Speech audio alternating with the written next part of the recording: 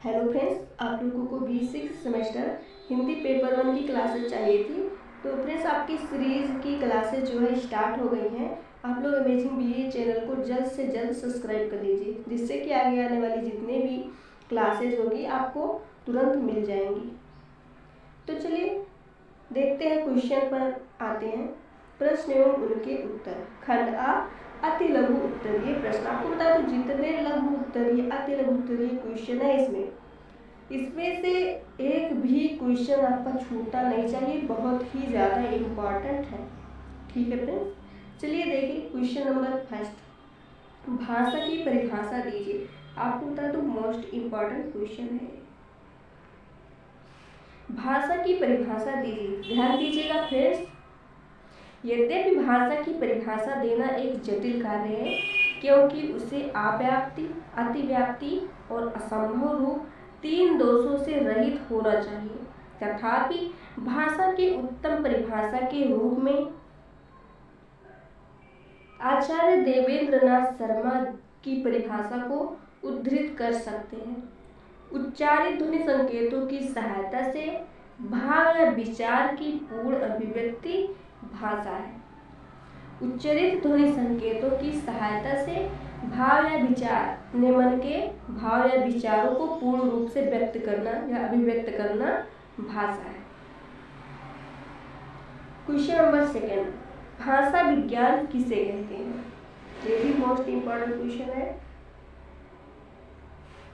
भाषा विज्ञान किसे कहते हैं? भाषा और विज्ञान की पृथक पृथक अर्थ मीमांसा से स्पष्ट हो चुका है।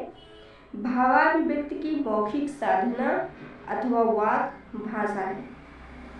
विशिष्ट ज्ञान सम्मत उनकी मौखिक अथवा लिपिबद्धीय अभिव्यक्ति विज्ञान है। भारतीय भाषाविदों में डॉक्टर मंगल पांडे शास्त्री का मानना है, भाषा विज्ञान उस विज्ञान को कहते हैं जिसमें सामान्य रूप से मानवीय भाषा का किसी विशेष भाषा की रचना और इतिहास का और अंततः भाषाओं, प्रादेशिक भाषाओं या बोलियों के वर्गों की पारस्परिक समानताओं और विशेषताओं का तुलनात्मक अध्ययन किया जाता है। समग्रता भाषा विज्ञान भाषा की संपूर्ण कलेवर का अध्ययन है। भाषा संबंधी अनंत सवालों का उत्तरदाता भी भाषा विज्ञान ही है। ध्वनि, रूप, वाक्य, अर्थ एवं अन्य भाषा तात्विक अनुभावों के व्याख्याता के रूप में भाषा विज्ञान की स्वीकृति है। यही नहीं, उच्चारण और उनके प्रयोग धर्म का मीमांसक भी भाषा विज्ञान ही है। क्वेश्चन नंबर थर्ड, अर्थ किसे कहते हैं? ये भी मोस्ट इम्पोर्टेंट है, आपके एग्जाम में पूछा जाएगा। ध्यान दीजिएगा,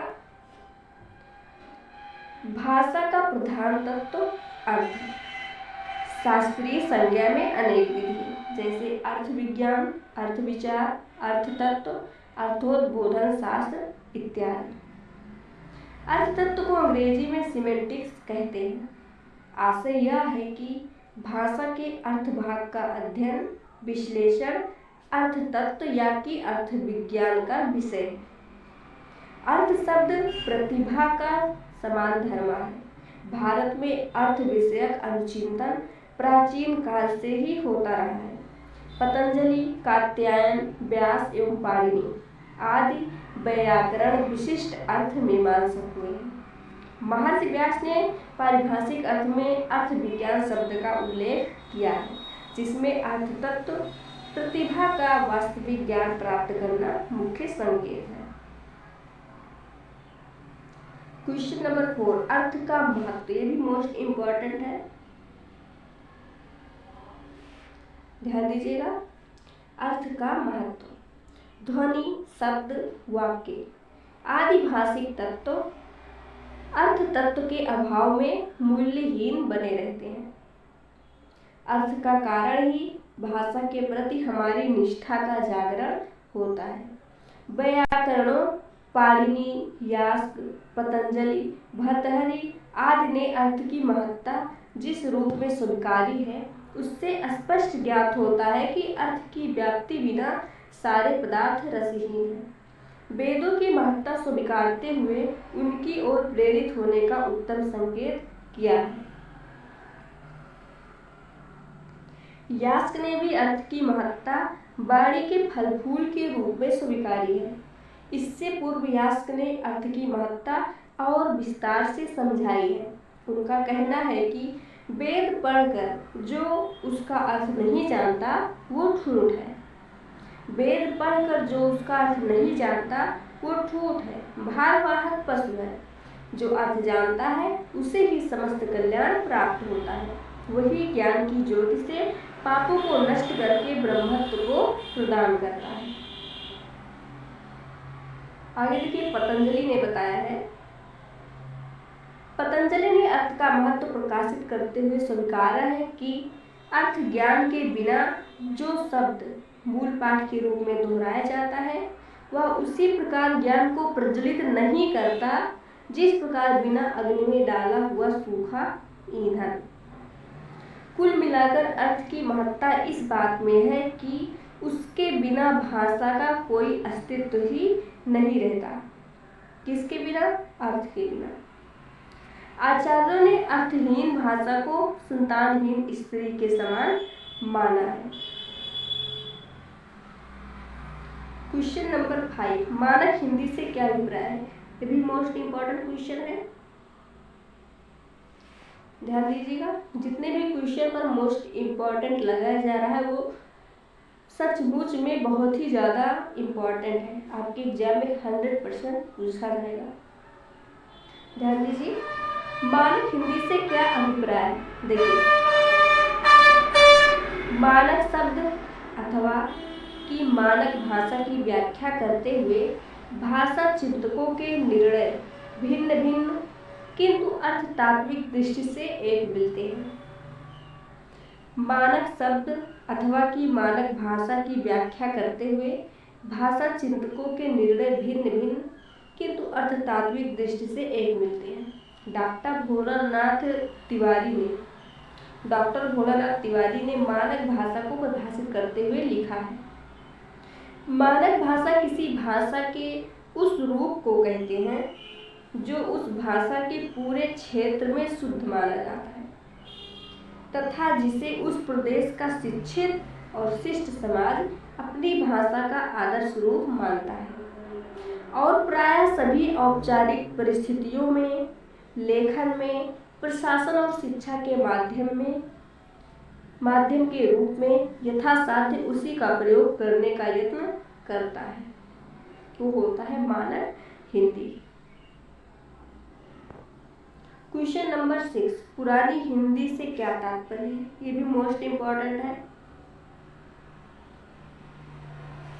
पुरानी हिंदी से क्या तात्पर्य है? पंडित चंद्रधर शर्मा गुलेरी ने परवर्ती अपभ्रंश को ही पुरानी हिंदी कहा है। गुलेरी जी का मत सही प्रतीत होता है। 11वीं शताब्दी की परिवर्ती अपभ्रंश औहट्ट से पुरानी हिंदी का उदय माना जाता है। पुरानी हिंदी शब्द का प्रयोग सबसे पहले पंडित चंद्रधर शर्मा गुलेरी ने 1921 ईस्वी में नागरी प्रचारी पत्रिका में किया था। पुरानी हिंदी को प्रारंभिक हिंदी भी कहा जाता है। आमतौर पर पुरानी हिंदी का समय 1000 से 1500 ईस्वी तक माना जाता है। क्वेश्चन नंबर 7, औहट्ट को परिभाषित कीजिए। यह भी इंपॉर्टेंट क्वेश्चन है। देखिए, औहट्ट अपभ्रंश का विकृत या बिगड़ा हुआ रूप है। औहट्ट अपभ्रंश का विकृत या बिगड़ा हुआ रूप है। सामान्यतः औहट्ट को परवर्ती अपभ्रंश कहा जा सकता है। औहट्ट अपभ्रंश व आधुनिक भारतीय आर्य भाषाओं के बीच की भाषा है। औहट्ट भाषा का समय 900 ईस्वी से 1100 ईस्वी तक निश्चित किया गया है। साहित्य में इसका प्रयोग 14वीं सदी तक होता रहा। औहट्ट शब्द का सर्वोत्तम प्रयोग ज्योतिरीश्वर ठाकुर कृतवर्ण रत्नाकर में 1325 ईस्वी में किया गया। भोलानाथ तिवारी ने अपभ्रंश और अवहट्ट को एक ही भाषा माना है। उनके कथानुसार अपभ्रंश का विकास अवहंस के रूप में हुआ और अपभ्रंश का विकास अवहट्ट के रूप में हुआ। सुनीत कुमार चटर्जी के अनुसार बताया गया है अवहट्ट भ्रंश अपभ्रंश और पुरानी हिंदी के बीच की कड़ी मानी जाती है। क्वेश्चन नंबर 8, देवनागरी लिपि की प्रमुख विशेषताएं। ये वाला क्वेश्चन 100% पूछा जाएगा। अति लघुत्तरीय, लघुत्तरीय या फिर दीर्घोत्तरीय, कोई भी क्वेश्चन बना के आपको पूछा जा सकता है एग्जाम में, आपके पेपर में। मोस्ट इंपॉर्टेंट क्वेश्चन है, ध्यान दीजिएगा। देवनागरी लिपि की प्रमुख विशेषताएं बताइए। देवनागरी की प्रमुख विशेषताएं अग्रांकित है। पहला है वर्णमाला का व्यवस्थित वर्गीकरण। दूसरा है लिपि चिन्हों के ध्वनि अनुरूप नाम। तीसरा है एक ध्वनि के लिए एक चिन्ह का प्रयोग। चौथा है लिपि चिन्हों की पर्याप्तता। पांचवा है लिपि चिन्हों की स्वतंत्रता। छठा है मात्राओं का प्रयोग। सातवां है सुपाठ्यता। आठवां है नमनीयता। क्वेश्चन नंबर 9, देवनागरी लिपि के नामकरण पर प्रकाश डालिए। ये वाला क्वेश्चन बहुत इंपॉर्टेंट है। देवनागरी लिपि के नामकरण के संदर्भ में विभिन्न विद्वानों के मत निम्नलिखित हैं।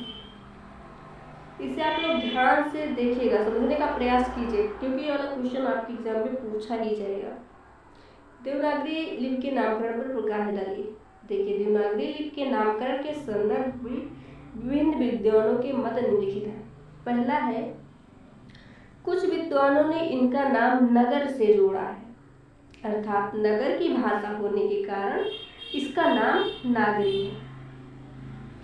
दूसरा, देवनगर काशी में प्रचलित होने के कारण इसे देवनागरी नाम दिया गया। तीसरा है, कुछ लोग गुजरात के नागर ब्राह्मणों से इसका संबंध स्थापित करते हैं। चौथा है, डॉक्टर धीरेन्द्र वर्मा के अनुसार मध्य युग में स्थापत्य की शैली थी नागर, जिसमें चतुर्भुज आकृतियां होती थी। नागरी लिपि में चतुर्भुज अक्षरों जैसे कि सा, मा, भा, गा, इस प्रकार के जो अक्षर हैं ये क्या है, चतुर्भुज अक्षर है। नागरी लिपि में चतुर्भुज अक्षरों सा, मा, भा, गा के कारण इसे देवनागरी कहा गया।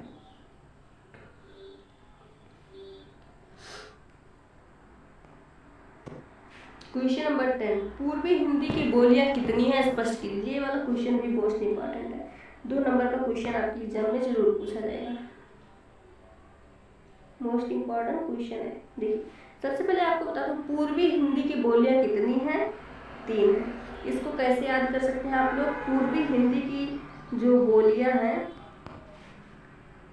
पूर्वी हिंदी की बोलियां की बात करें तो वो 3 है। इसको कैसे याद करिएगा आप लोग? आ, व, छ, आवच। पूर्वी हिंदी की 3 बोलियां हैं, वो क्या है? आवच। आ से आपका हो गया अवधी, बा से आपका हो गया बघेली, और छा से आपका क्या हो गया? छत्तीसगढ़ी। ठीक है फ्रेंड्स, आप लोग इस प्रकार से याद रखिएगा। पूर्वी हिंदी की 3 बोलियां अवधी, बघेली, छत्तीसगढ़ी। आवच क्या हो गया? आ से अवधी, बा से बघेली, छा से छत्तीसगढ़ी। हिंदी की पूर्वी बोलियों में अग्रांकित बोलियों का परिगमन होता है। पहला है अवधी, दूसरा बघेली, तीसरा छत्तीसगढ़ी। क्वेश्चन नंबर 11, राजस्थानी हिंदी की प्रमुख बोलियों का सामान्य परिचय दीजिए। ये भी मोस्ट इंपॉर्टेंट है, आपके एग्जाम में पूछा जाएगा।